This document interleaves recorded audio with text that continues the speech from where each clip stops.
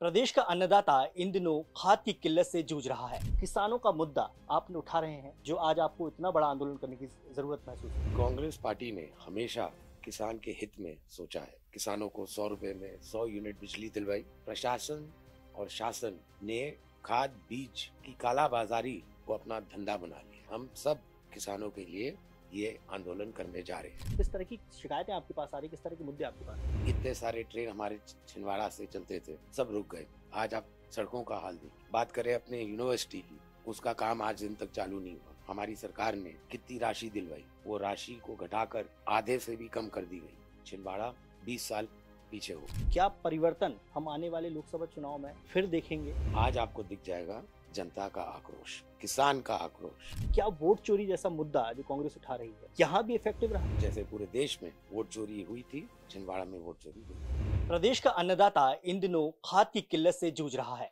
ऐसा कोई जिला नहीं है जहां पर किसानों की परेशान होने की खबरें ना आ रही हों। लेकिन इस समय हम मौजूद हैं मध्य प्रदेश की सबसे चर्चित लोकसभा सीट छिंदवाड़ा में, और हमारे साथ मौजूद हैं नकुल नाथ जी। नकुल नाथ जी आज छिंदवाड़ा में एक जंगी प्रदर्शन कर रहे हैं और किसानों की समस्या को लेकर बड़ा आंदोलन कर रहे हैं। छिंदवाड़ा की हमेशा चर्चाएं होती हैं, लेकिन इस बार किसानों का मुद्दा आपने उठा रहे हैं। क्या आपने हालात देखे छिंदवाड़ा के, जो आज आपको इतना बड़ा आंदोलन करने की जरूरत महसूस हुई? देखिए, सबसे पहले तो मैं कहना चाहता हूँ कि कांग्रेस पार्टी ने हमेशा किसान के हित में सोचा है। चाहे हमारी जब सरकार आई थी, हमने कर्जा माफी शुरू की, किसानों को 100 रुपए में 100 यूनिट बिजली दिलवाई। आज प्रदेश और खास करके छिंदवाड़ा में परिस्थितियां एकदम विपरीत है। और आज आप देख रहे हैं, जैसा कि आपने कहा कि आज चर्चा का विषय क्या है, कि आज हमारे किसानों को खाद, बीज और यूरिया प्राप्त नहीं हो रही। बीजेपी, प्रशासन और शासन ने खाद बीज की कालाबाजारी को अपना धंधा बना लिया है।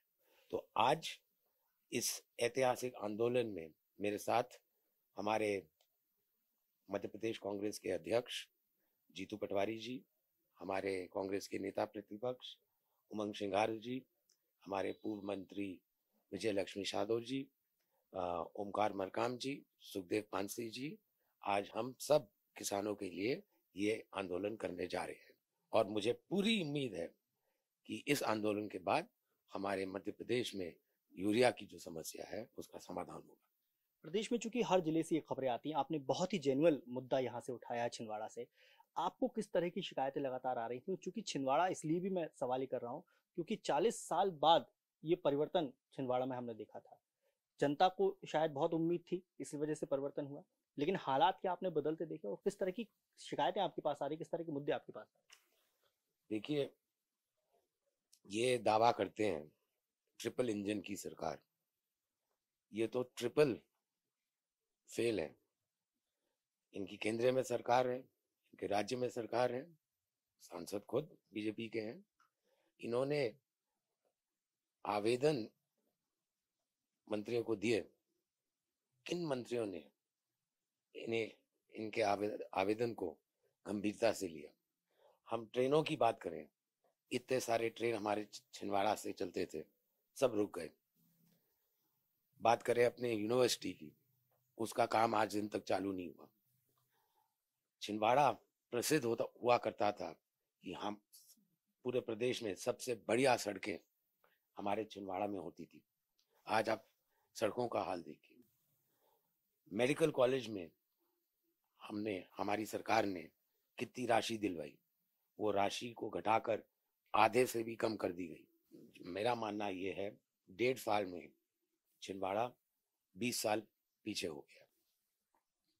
क्योंकि बहुत लंबा अरसा था और बीजेपी एक बड़ी चुनौती छिंदवाड़ा को हमेशा से मानती थी हर चुनाव में। इस चुनाव में बीजेपी सफल हुई।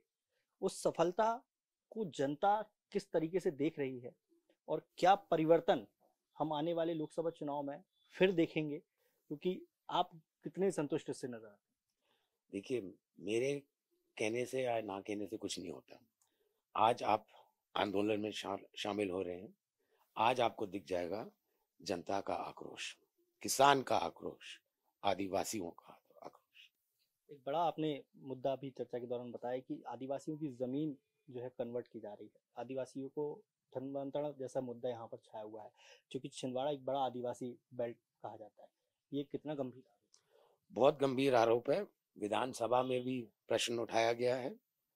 उस टाइम लगभग 100 आदिवासियों की जमीन कन्वर्ट की गई, सामान्य की गई। आज वो फिगर जो है वो 190 के आसपास है। और ये दोबारा यहाँ हमारे नेता प्रतिपक्ष आएंगे, मैं उनसे भी अनुरोध करूंगा कि ये विधानसभा में ये प्रश्न दोबारा पूछे। वोट चोरी एक बड़ा मुद्दा इस समय प्रदेश में छाया है। राहुल गांधी जी ने खुद इस मुद्दे पर बड़ी प्रेस कॉन्फ्रेंस की और जिस तरीके से पूरे देश में एक हल्ला भी हुआ।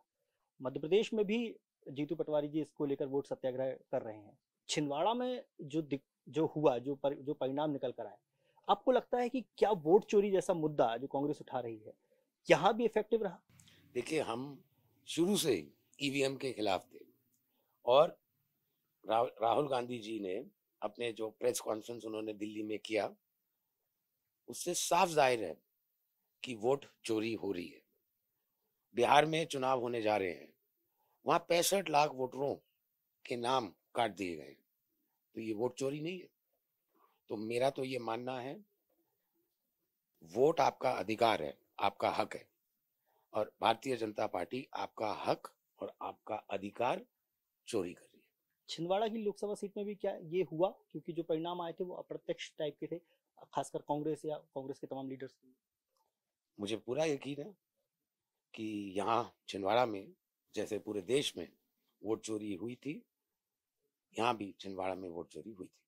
बहुत धन्यवाद विस्तार से बातचीत करने के लिए। तो ये थे हमारे साथ नकुलनाथ जी, जिनका दावा है कि छिंदवाड़ा में किसान से न केवल उनका हक छीना जा रहा है, उनकी जमीन छीनी जा रही है, बल्कि उनका अधिकार भी उन्हें नहीं दिया जा रहा है। कैमरा रमित के साथ दुर्गेश कुमार, विस्तार न्यूज।